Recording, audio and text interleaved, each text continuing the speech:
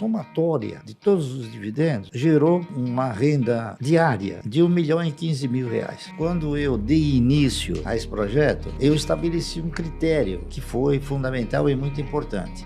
Essa participação nos dividendos, ela veio progressivamente, na razão direta que eu disciplinei a minha conduta e tive a paciência suficiente para poder ir reinvestindo todos aqueles recursos que eu ganhava. É isso. E veja bem, eu faço isso até hoje. Os valores, é claro, mudaram, mas eu faço isso até hoje, com a mesma disciplina, tá certo? E tendo a mesma paciência, tá entendendo? Essa que é a realidade. Então, a renda mensal, ela veio progressivamente aumentando, não é isso?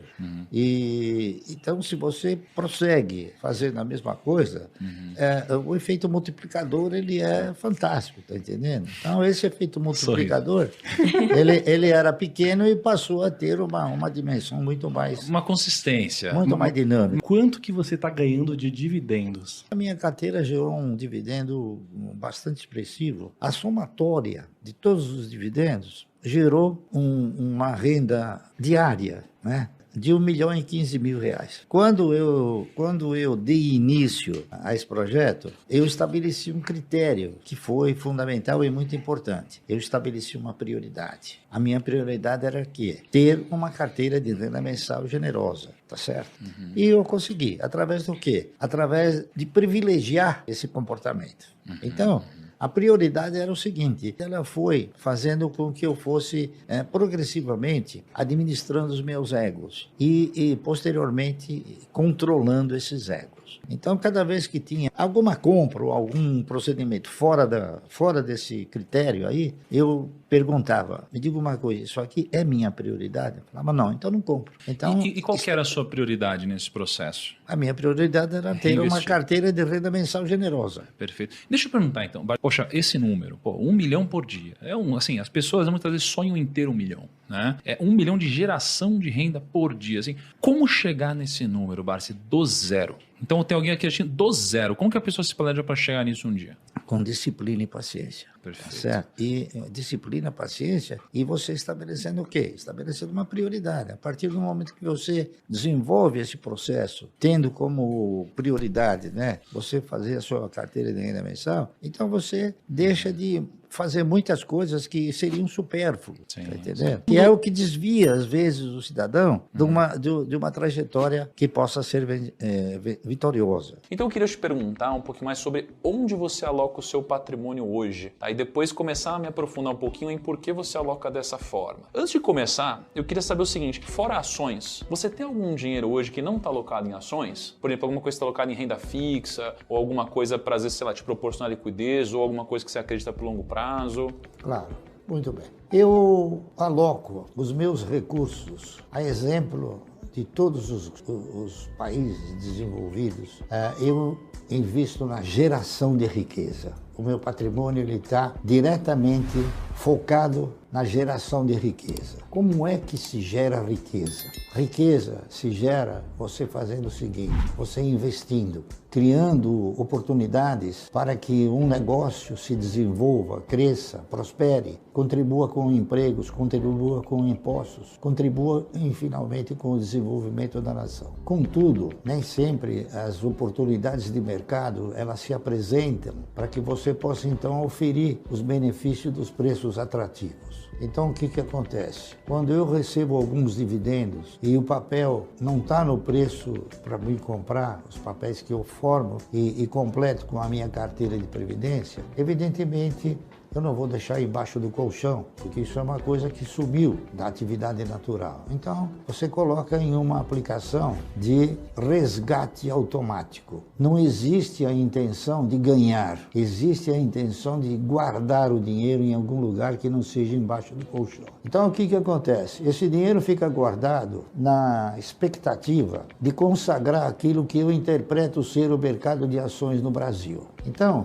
o recurso que eu tenho fora do mercado, ele é exclusivamente guardado para a expectativa de operar na geração de riqueza. Deixa eu fazer uma pergunta, Bart. Aí quando você fala desse recurso, esse recurso que fica disponível esperando uma oportunidade, que está em renda fixa, que produto de renda fixa geralmente ele fica ali? Não, eu coloco um resgate de renda automática. Ele é tipo um CDB, uma coisa assim? É um CDB, não é, Luiz? É um CDB de resgate automático, tá entendendo? Agora eu vou falar uma coisa para vocês que alguém um dia escreveu. Há pouco tempo atrás, teve um cidadão que mandou um e-mail para mim, então ele escreveu assim para mim: Sr. Barsi, para mim, o senhor é uma pessoa que tem a visão de uma águia, tem um faro de raposa. Poxa, será que é tudo isso? Tem a paciência do jacaré, tem a estratégia da hiena e a liderança do leão. Falei, meu Deus do céu, será que eu sou tudo isso? Tá entendendo? E ele mandou para mim e falou, para chegar onde o senhor chegou, precisa ter isso. Poxa vida, eu me sinto honrado com isso. Então eu recomendo a vocês o seguinte: procurem ter a visão da águia, a paciência do jacaré, a disciplina da hiena, o faro da raposa e a liderança do leão. Coloquem isso dentro da vossa filosofia que um dia vocês chegarão onde eu cheguei. Então a gente entendeu o seguinte: a gente tem aqui um patrimônio, um grande bolo. Uma parte você deixa guardado numa coisa que está aplicado, que seria a renda fixa. Outra parte onde você aplica, que é onde você quer montar uma montanha de dividendos que você vai reaplicando, né? E isso daqui vai crescendo exponencialmente seu patrimônio. Eu gostaria só de complementar o seguinte: essa parte que fica guardada, ela é uma parte insignificante perto do patrimônio. Quantos por cento hoje do seu patrimônio está nessa parte? Muito pequenininha. 2%. 2%. 1%, 2%. E nunca fica maior que isso.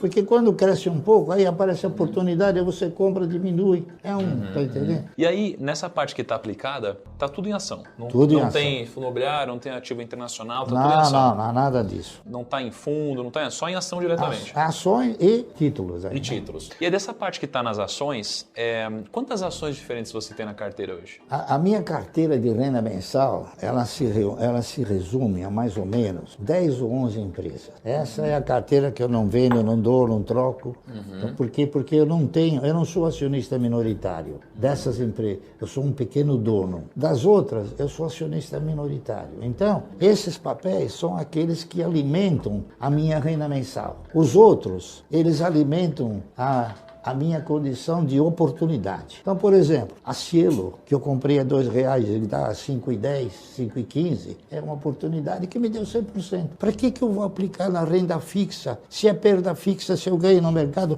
100% e o mercado te dá a oportunidade de ganhar muito mais, além dos dividendos, não é isso? Então, eu estou fazendo o seguinte, eu estou colocando algumas outras empresas também para tentar melhorar um pouquinho mais o perfil da minha carteira de renda mensal. Então, o que eu estou fazendo? Eu estou repondo algumas ações, das quais eu já tive, que perderam consistência, perderam referência. Por exemplo, eu comprei ações há 10, 12 anos atrás, da Cosan, a R$2,70 e vendia R$90. Entendeu? Então, a R$2 era uma ótima referência de compra e a 90 uma excelente referência de venda. Aí o que a Cosan fez? Vou fazer um desdobramento. Minhas ações custam muito caras e elas estão muito acima da mediana de mercado. Então, para que você possa inspirar o cidadão também a comprar ações, para elas mais ou menos se posicionarem dentro da mediana, então quem tinha uma ação ganhou 3 de presente, ficou com 4. Então o preço de R$90 dividiu por 4, então ela veio para R$20.